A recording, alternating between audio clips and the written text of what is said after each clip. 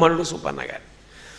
ఆయన కడుపున పుట్టినటువంటి వేరొక మహానుభావుడు తంగిరాల వెంకటావధాని గారు. ఆయన భార్య అనంతలక్ష్మమ్మ గారు. అనంతలక్ష్మమ్మ గారు కూడా ఈ ప్రాంతానికి చెందినవారే. కౌండిన్యస గోత్రానికి చెందిన పోతన గారిది కౌండిన్యస గోత్రం.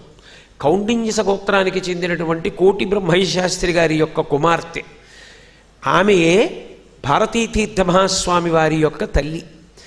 ఆవిడ్ని నేను ఒకప్పుడు అడిగాను, అమ్మ లోకంలో ఎక్కడైనా ఒక మాట చెప్తారు కదా, ఆ మహాతల్లి కన్న కడుపు అంటారు కదా, శృంగగిరి పీఠాధిపత్యం వహించినటువంటి మహాపురుషులు భారతీతీర్థస్వామిని కన్నారు కదా, మీకు ఏదో తెలిసి ఉండాలి, మీరేదో పుణ్యం చేసి ఉండుంటారు, మీకు తెలుసు.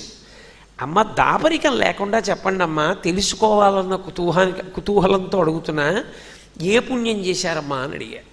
ఆవిడ అన్నారు, అబ్బాయి నాన్న నా పుణ్యం ఏం లేదు, పుణ్యం అంతా ఉంటే అయిందే నాన్న అన్నారు.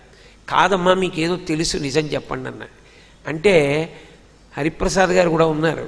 ఆవిడ ఓ మాట చెప్పారు. అప్పుడు ఇంత అడుగుతున్నావు కాబట్టి చెప్తున్నానయ్యా, చిన్నతనంలో కోటప్ప కొండ దగ్గర ఉండేవాళ్ళం మేము. మా నాన్నగారు ప్రతిరోజు కోటప్ప కొండ ఎక్కి కాలినడకన పరమశివ దర్శనం చేసి కిందకి దిగేదేవారు. నేను చిన్నపిల్లని, తెలిసినా తెలియకపోయినా ఏదో ఆడుతూ మా నాన్నగారితో పాటు కోటప్ప కొండెక్కి దక్షిణామూర్తి స్వరూపమైనటువంటి శివస్వరూపానికి నమస్కారం చేసి కిందికి దిగొచ్చేదాన్ని.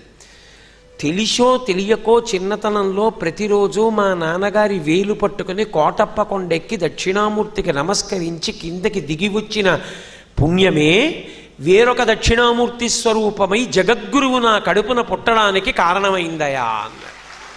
కాబట్టి పక్కనే ఉన్న కోటప్ప కొండ భారతీతీర్థ మహాస్వామి వారి యొక్క ఆవిర్భావానికి ఒక కారణం.